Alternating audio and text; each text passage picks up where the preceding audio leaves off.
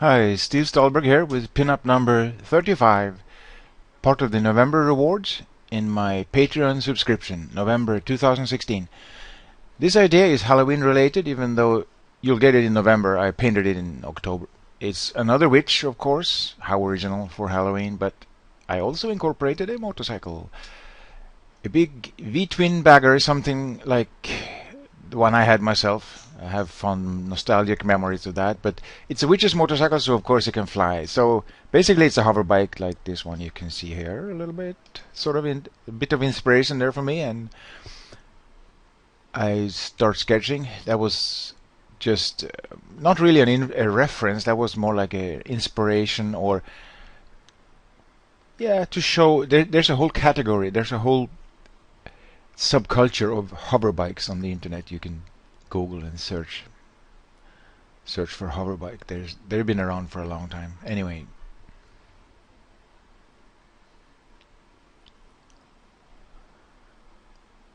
I was kind of thinking more like a jet engine with an air intake up front.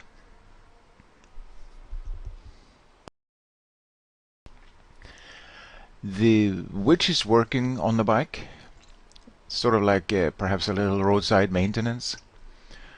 Something that happens a lot if you use a bike every day like I did. I do not remember fondly all those broken clutch cables.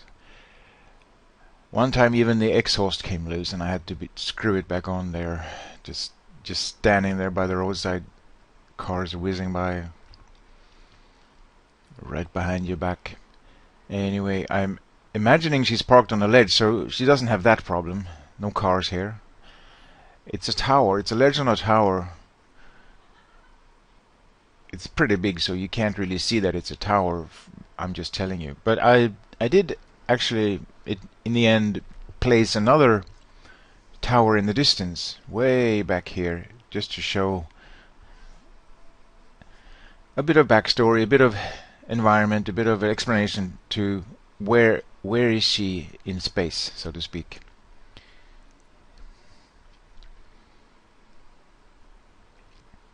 I guess I imagine there are a bunch of these towers spaced out evenly across the countryside.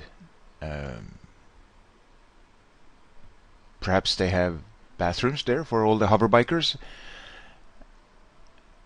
Brake facilities. Maybe even barbecue areas. She's wearing those special Japanese clogs because I'm also inspired by Asian witches. I live in Asia after all.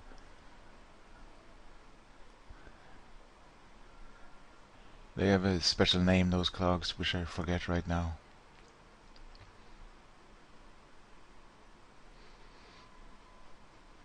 I guess they're cheap and functional.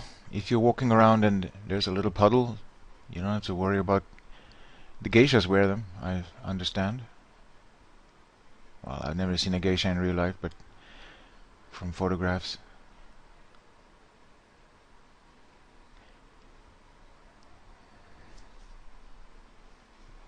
And soon I'm gonna get into some perspective lines. Jumping ahead a little bit here. It really is boring watching an intricate drawing take shape. And I can't go any faster than 999% speed up on my Camtasia. I guess I could run it through twice and speed it up, but I'll just skip ahead instead. There come the clogs.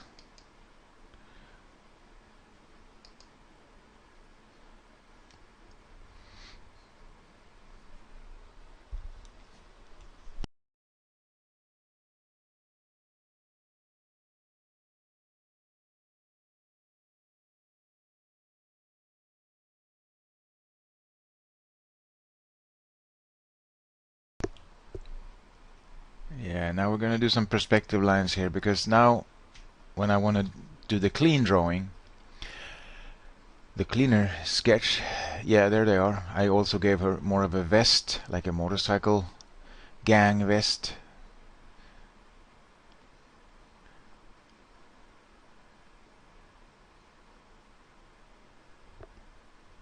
And trying to follow the perspective here.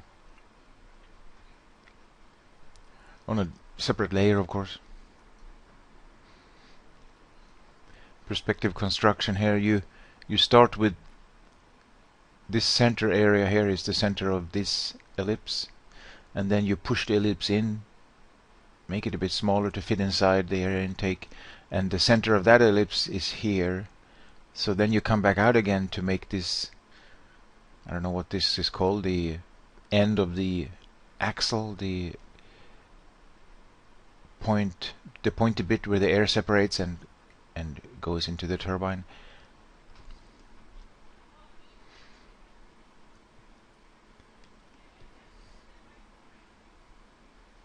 Curved blades like that.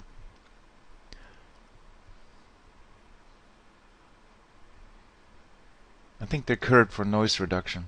I'm not sure. I'm not that good with the engineering stuff. It doesn't really matter either, because if I think curved looks cooler, I'll use the curved ones instead of the straight ones. And it does look cooler. Somehow it makes the fan blades look more powerful, or I don't know, dynamic. There's a piece of tape holding the glass in there. Like it fell out once and twice and 3 times, and she got tired of it and just taped it down.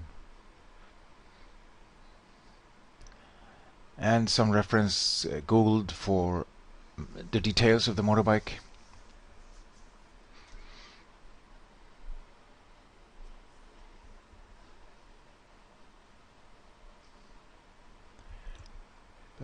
Again, it's really slow going here.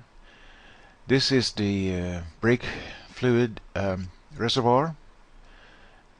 That top bit up here is where a mirror was sitting on the reference, but I didn't really think, I started drawing a mirror, but then I thought, she doesn't have to worry about people overtaking her, because she's not riding on a narrow lane, she's riding in the open sky. So the traffic rules will be different. The traffic rules will be: do not pass anybody from behind too close, give them a wide berth. And if everybody just follows that simple rule, you don't really need rear view mirrors at all. She needed a cat also. I have a black cat like this, and everyone loves cats, so I just decided to add one. Maybe I'll call this Kiki's Delivery Service the adult version. Because he reminds me of her cat a little bit. At first I was going to name this bike Victory. That was the brand name of the bike I had, but you'll see at the end I removed the Victory logo and make a new one. And of course detailing everything, detailing the V-twin cylinders. After the fact, first I just drew them everything like this because it looked cool. I wanted it to be as cool and powerful looking as possible, as motorcycly as possible. And then after the fact, I started worrying about the fact that, well, there has to be an air, there has to be stuff passing through from here to exhaust wherever it is, if it's underneath or at the back or somewhere. So I'm imagining this a double V-twin. So there are 2 cylinders here in a V shape, and then on the other side over here there are the exact same configuration mirrored, and in between these 2 sets passes a tube of gas, compressed air, that gets ignited somewhere back here. Now, what is this engine for, or these 2 engines for, or whatever? Well, I imagine she has some kind of anti-gravity device. She has to, basically, because otherwise the jet engine would not be enough to keep her aloft. So, yeah, there are some anti-gravity pillows, quote unquote, hidden underneath here. Objects pushing down when she powers up. And maybe these things power those, whatever, doesn't matter. It's cool. V-twins are just cooler looking than any other engine I know, in my opinion.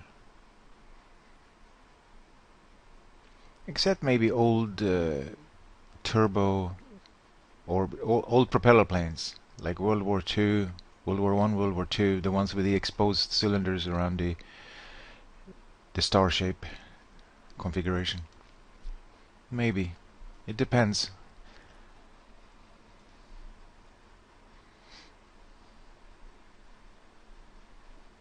Yeah, there's the Victor logo. Got rid of that later. She has her tools out here.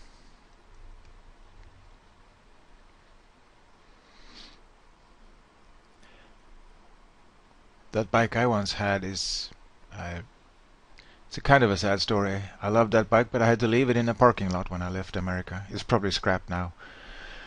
I have no idea what became of it, but I was forced to leave it because the bank would not take it back. I couldn't sell it because they basically owned it, and you know, never buy stuff on credit. It's a trap.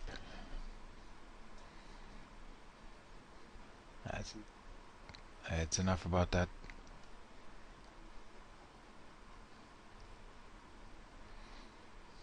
I got the angle of the shadow wrong a little bit in the beginning here. It has to be a little straighter than that to match up with this one.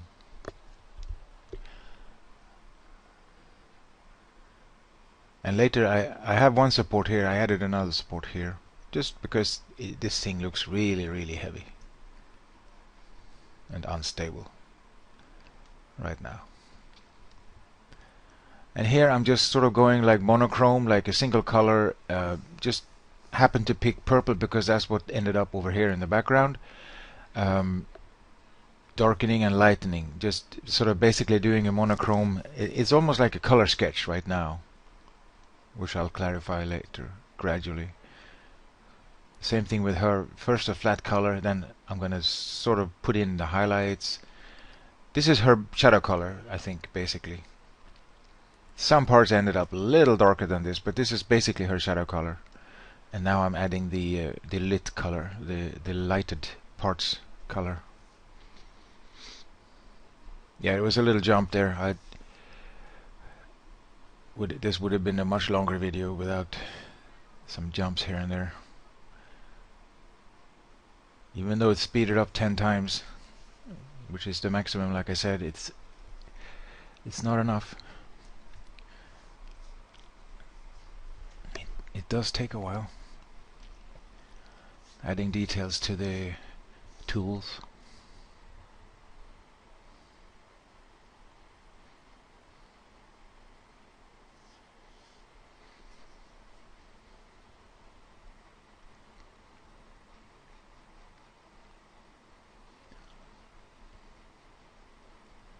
Cleaning up, adding more detail.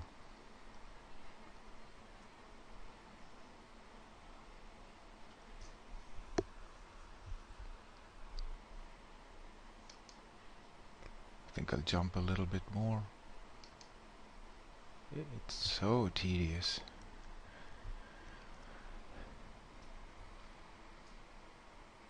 Of course, it was even more tedious to actually do this. Yeah, I decided to get rid of that highlight after a while.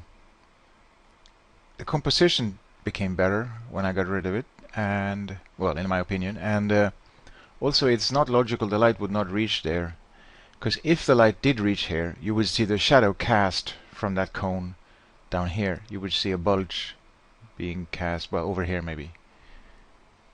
Yeah, so some more jumps, refining the color, clarifying it. Now I'm working on the background.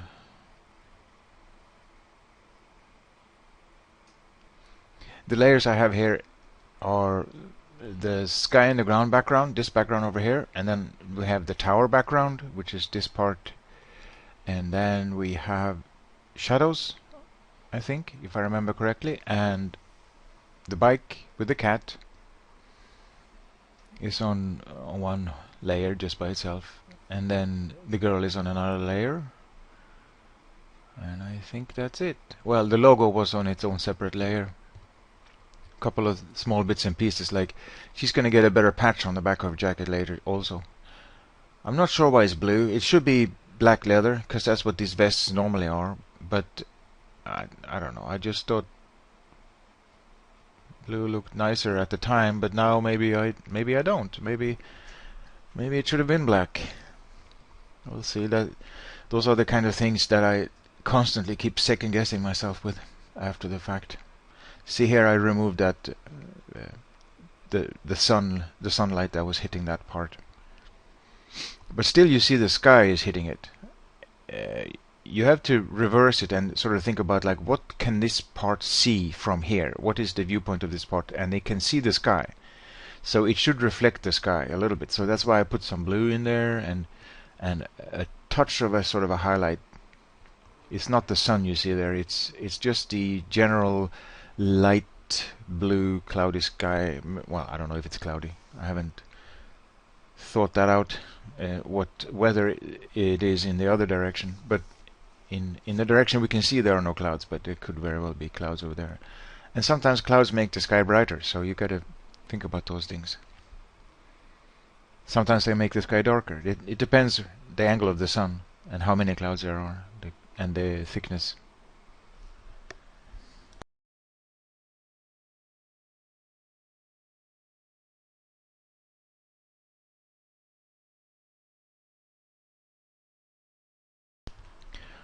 I'm trying to refine this. I'm trying to make it very well used and repaired a lot and grungy, buckled. There's a little warning sign I added there, taken from the internet. There was some photo of a jet intake. And here you can see I changed the name to Broomy, handwritten by her. I tattooed her with the Miami Coven tattoo. That's, I guess she's in Miami. I guess it's flat and it's sunny. Why not? Miami in an alternate reality. And Jacksonville, Hell's Witches from Jacksonville. That's her MC patch, motorcycle club patch. And so she's a bit of a badass. And now I'm erasing the underpainting, the previous one, so yeah, just cleaning it up a bit here.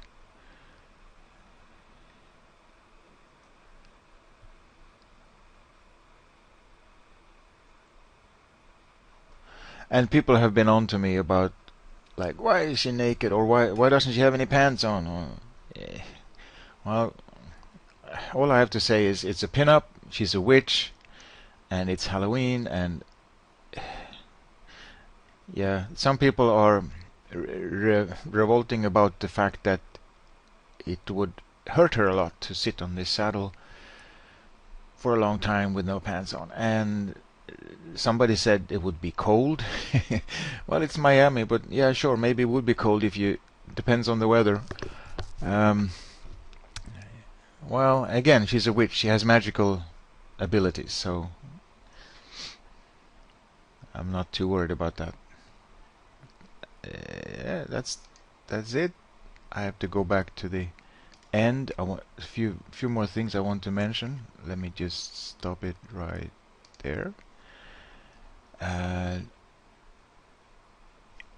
The shadow of the cat, that's this one right here. One guy mentioned that he wanted to see the ears below or above this handle, but I don't know, I just didn't see. I kind of placed the ears right here, right behind the handle. Maybe that was a mistake. It might actually be a good idea to add the tip of an ear sticking up here. But then again, that might also be confusing. That might be seen as not an ear shadow, but a part of the bike. So that's a bit of a quandary. Anyway, that's it. Thanks for watching. Bye.